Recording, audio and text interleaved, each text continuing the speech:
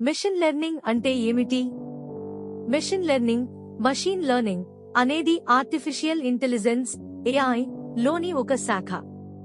ఇది computer systems కి ప్రత్యేకంగా ప్రోగ్రాం రాయకుండా డేటా ఆధారంగా నేర్చుకునే శక్తిని ఇస్తుంది. సింపుల్ గా చెప్పాలంటే మనిషి ఎలా అనుభవం, ఎక్స్పీరియన్స్ నుండి నేర్చుకుంటాడో అలానే కంప్యూటర్ కూడా డేటా నుండి నేర్చుకోవడం మెషిన్ లెర్నింగ్. ఇది ఎలా పనిచేస్తుంది? సంక్షిప్తంగా చెప్పాలంటే మెషిన్ లెర్నింగ్ అనేది డేటా ఆధారంగా కంప్యూటర్ స్వయంగా నేర్చుకుని భవిష్యత్లో నిర్ణయాలు తీసుకునే విధానం.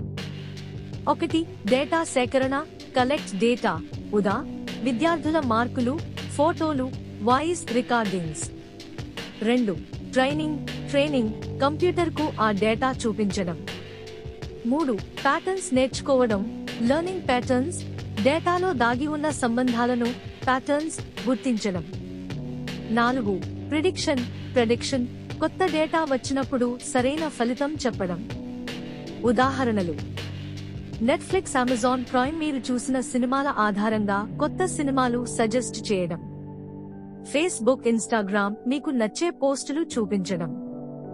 గూగుల్ మ్యాప్స్ ట్రాఫిక్ ఎక్కువగా ఎక్కడ ఉందో చెప్పడం. మెడికల్ ఫీల్డ్ రోగుల డేటా ఆధారంగా వ్యాధులు ముందుగానే గుర్తించడం. మెషిన్ లెర్నింగ్ రకాలు: 1. Supervised learning. ఇన్పుట్ డేటా దాని సరైన జవాబు, లేబుల్ ఇస్తారు.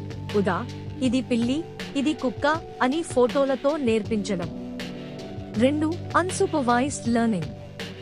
కేవలం ఇన్పుట్ డేటా ఇస్తారు కానీ జవాబు చెప్పరు. కంప్యూటర్ స్వయంగా గ్రూపులు, క్లస్టర్స్ చేస్తుంది.